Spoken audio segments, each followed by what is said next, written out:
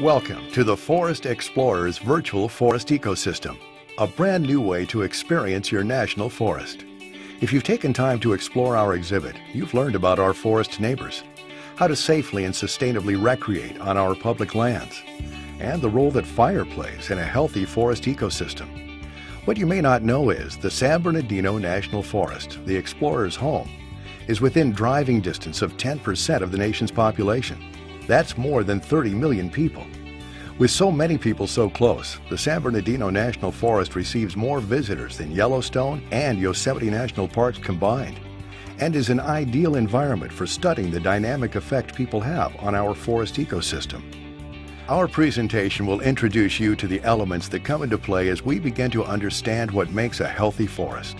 From interactions between flora, fauna, and fire, as well as the effects humans have on the natural environment, you can explore the issues that land managers and conservation organizations consider as they work together to achieve greater forest health.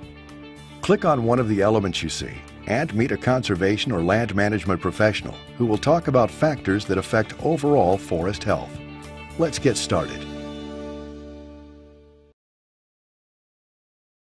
People can really be affected when we have an overly dense forest. One way is that our recreational opportunities could be diminished. When we have too dense of a forest, we could have potential for catastrophic wildfire. That could take away some of our recreational opportunities. Hiking trails, biking trails may become impassable. In addition, our homes are very close to the community here in the San Bernardino Mountains, and wildfire from a very dense forest could affect our home and community.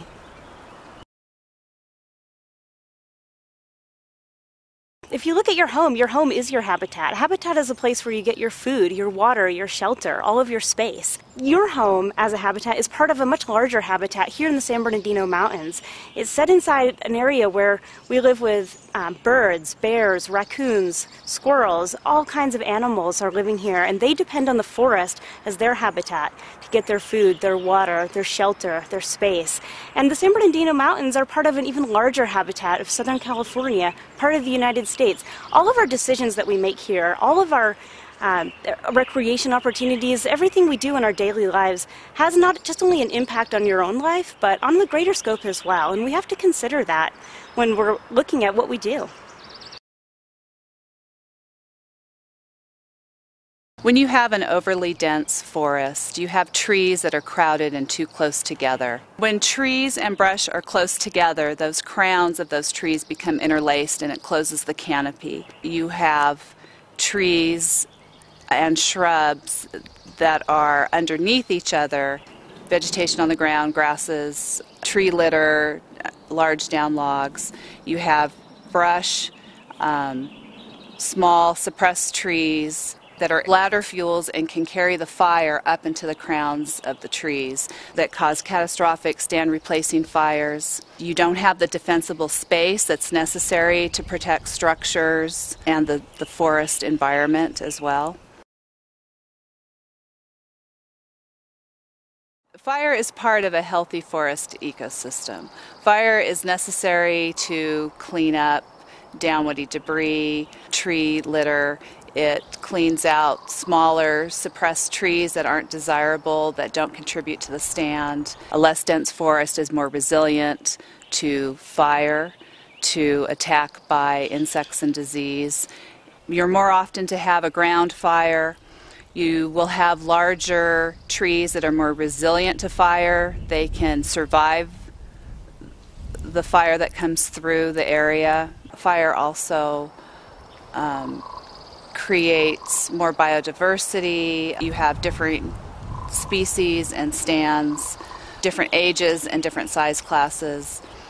That allows more use of the forest by different species of animals, insects and birds that are all part of the larger forest ecosystem.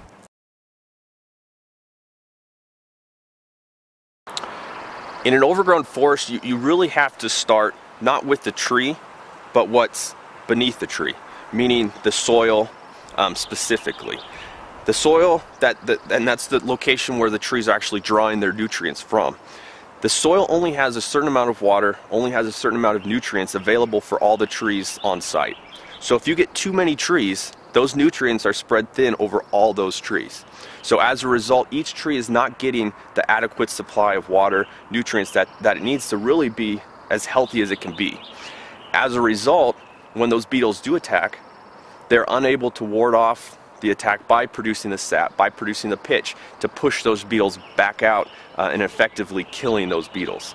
Historically, you would have had many frequent small, low-intensity fires that would have burned through the understory, performing kind of the cleanup of the forest floor. It would burn up a lot of the sticks, twigs, leaves that were on the forest floor, as well as reducing the amount of trees per acre. It would have burned up some of the weaker trees, the dead trees, the overstocked portions of the stand. With all the homes that have now been developed into the forest, it is unrealistic to believe that we can allow those fires to come back on that frequent interval. So as a result, all that used to occur with the natural fire, such as the cleaning up of the pine needles, leaves, twigs, and the thinning of those overstocked areas, now no longer occurred on a natural basis. When that happened, you had overstocked forests which grew up. As they got larger, obviously their nutrient requirements got larger. The ground, the forest could not sustain that, making them susceptible to the beetle attack. When you have those beetles coming in with so many susceptible hosts, you end up with massive tree mortality. Now, that effectively, those beetles thin the forest, reducing the stocking back to kind of what we would call a more natural level. However, in the meantime, you have a forest that's completely filled with dead, dry timber, which is obviously perfect fuel conditions for these catastrophic fires. And that's what we've seen in the past couple of years with the larger fires in the region.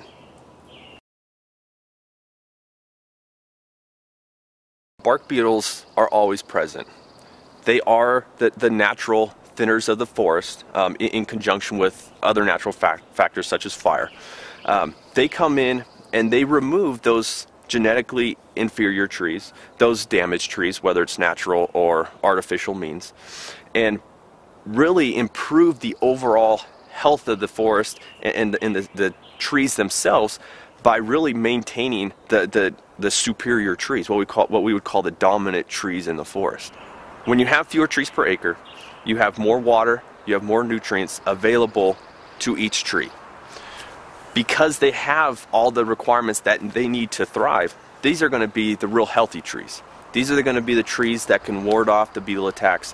When the beetle tries to bore into the tree and attack that tree, it'll be able to defend itself. Those are the trees that we want to then go to seed and become the future stands, because those are the genetically superior trees in the stand. Forests that are growing at an unhealthy density means that the trees are growing too close together. That gives insects a chance to easily travel from one tree to another, especially when trees are weakened with a drought situation. It also gives diseases an easy pathway from one tree to the next, making full outbreaks of disease more likely to happen in a dense forest. Typically, the forests on this mountains are a pine-oak mix. Both the pine and the oak require full sunlight to grow from seed into mature trees. And when we have too dense of a forest, there's not enough sunlight to support the growth of those trees. Incense cedar is shade tolerant and will regrow under itself and create a canopy that doesn't allow much sunlight to reach the forest floor. And that really eliminates the chance for pine seeds to take hold and take root and grow into healthy pine trees. In a healthy forest, we not only have a variety of tree species, but we have a variety of ages of those trees. Having a variety of tree species means that when each tree drops its needles, it's adding a little different set of nutrients to that soil. That combined in a healthy forest situation will help provide a more nutrient-rich soil to support that variety of trees. Having the different age classes in a healthy forest situation means that we'll always have a forest. It means that the forest is always regenerating. The mature trees are able to drop their seeds, and those seeds are able to get enough sunlight and water and resources to grow into mature, healthy trees.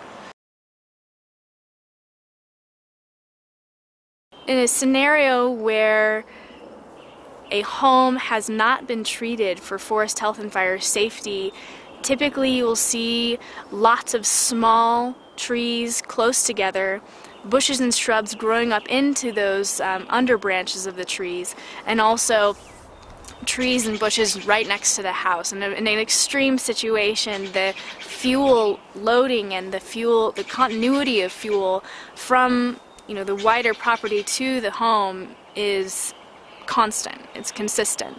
There's no breaking up of the fuels, and which would contribute to a fire going straight from any part of the property away from the house directly to the structure. In the forested ecosystem of the San Bernardino Mountains, we have wind-driven fires.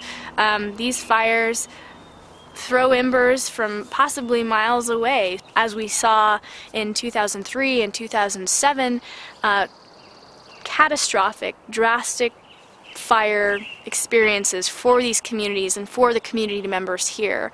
When we saw the effects of the bark beetles in the forest on the San Bernardino National Forest and in the communities, the epicenter of that bark beetle attack was in the community, was in a residential area. Although it affected the wider forest, there were no boundaries. People living in these mountain communities have a unique opportunity to be forest stewards, not only of the national forest, which is in close proximity to where they live, but also in the forest environment on their own private property. The actions that people take to manage their trees and manage their property can really have an impact on the wider forest, meaning that they can, on their private property, manage their trees, thin them out, make sure that they're healthy so that if a bark beetle comes to their property and decides to, affect one of their trees, if their tree survives, that could have an impact on the trees on their neighbors' yards, the trees in their neighborhood, the trees in their community, and then also potentially the trees in the national forest because they live so close to its boundaries. We have an opportunity to mimic what fire would have done in a natural environment, which is to clean out some of that downwoody debris, clean out some of those small bushes and shrubs that could contribute to a ladder fuel effect. And since we can't allow fire to come into our communities and do that for us, we have to do that mechanically. So, raking our pine needles, cutting back our shrubs, pruning our trees. Even though there are land management boundaries, the forest doesn't know those boundaries. The forest doesn't recognize it. And so the influences of fire, the influences of bark beetle, all these things that are hot button issues in forest management today, they don't just affect national forest lands. They affect private and community forested lands as well.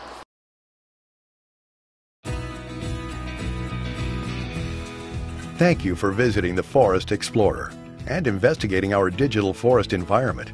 We hope that we've provoked your curiosity and sparked the flame of forest stewardship in your hearts and minds.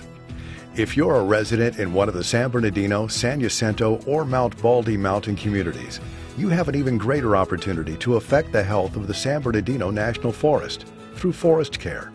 Forest Care is a partnership of the National Forest Association and the California Department of Forestry and Fire Protection, and is funded by the U.S. Forest Service.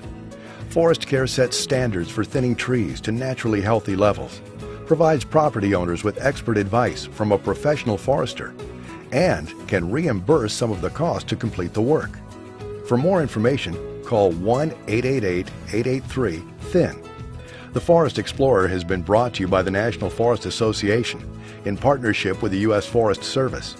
To learn more about how you can support the work of the National Forest Association, visit www.nationalforestassociation.org.